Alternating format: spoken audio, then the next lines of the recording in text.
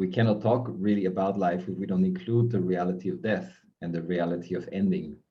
Or if we then talk about life without including death and the finity of life, we're always kind of needing to defend ourselves against that reality, and like kind of like pushing something out of our awareness that actually holds us and includes us. It's like we are in the process of life and death, and then to say there's a division, here is life and here is death, is like fundamentally splitting life into something that will cause a lot of effects.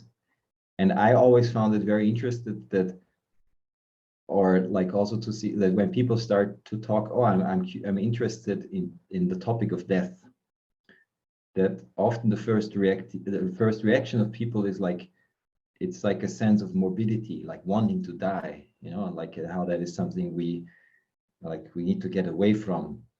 But it's the exact opposite, that I think all spiritual traditions and all wisdom traditions and all indigenous cultures had a very clear kind of cosmology even about that included death in order to be able to really live.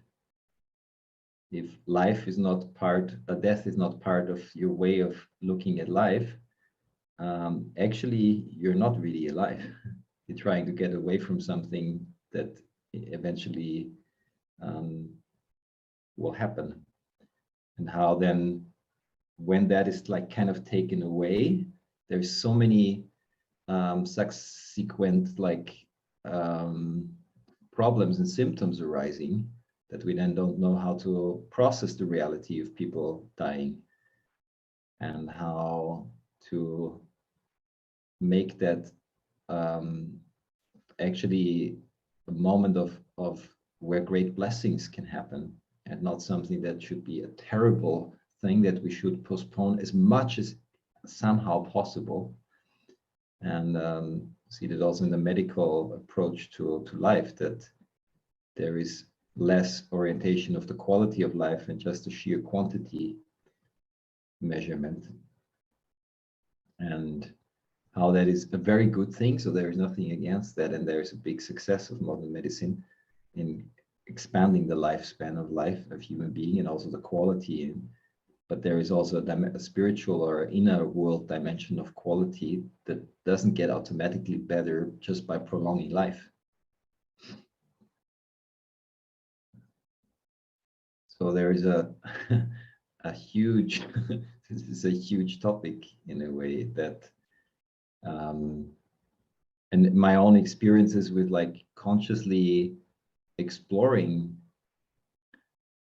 what death means, and not just like I want to die, but like what role death has in the experience of life.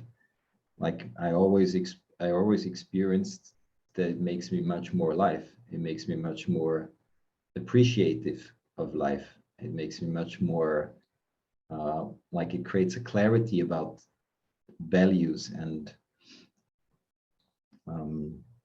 also brings in perspective that is often lost in the day-to-day living. And it gives the possibility to search for a deeper meaning than that goes further than just existing. Because real meaning is not delivered just by existing as such. It's something we have to investigate and open ourselves to, and that comes from embracing the bigger cycles of life, and also the crucial and cruel reality that you'll die. And so will everybody that you love and like, and everybody that you hate and dislike, and everybody that came before you, and everybody will come after you. Everybody will die. And it's a very beautiful thing. And I just had this conversation with a client where her mother died, and she's been exploring these topics and doing spiritual practice for many years, and she felt this kind of paradoxical experience that on the one hand it's very sad, and her mother was quite old already, so it was also a relief in a way. So that it's actually tragic and very sad, and at the same time it's very beautiful. Like there is a coming together in the family, there is a coming together with the community around the rituals, and there is a kind of a heightened sense of appreciation and honoring the life that has gone.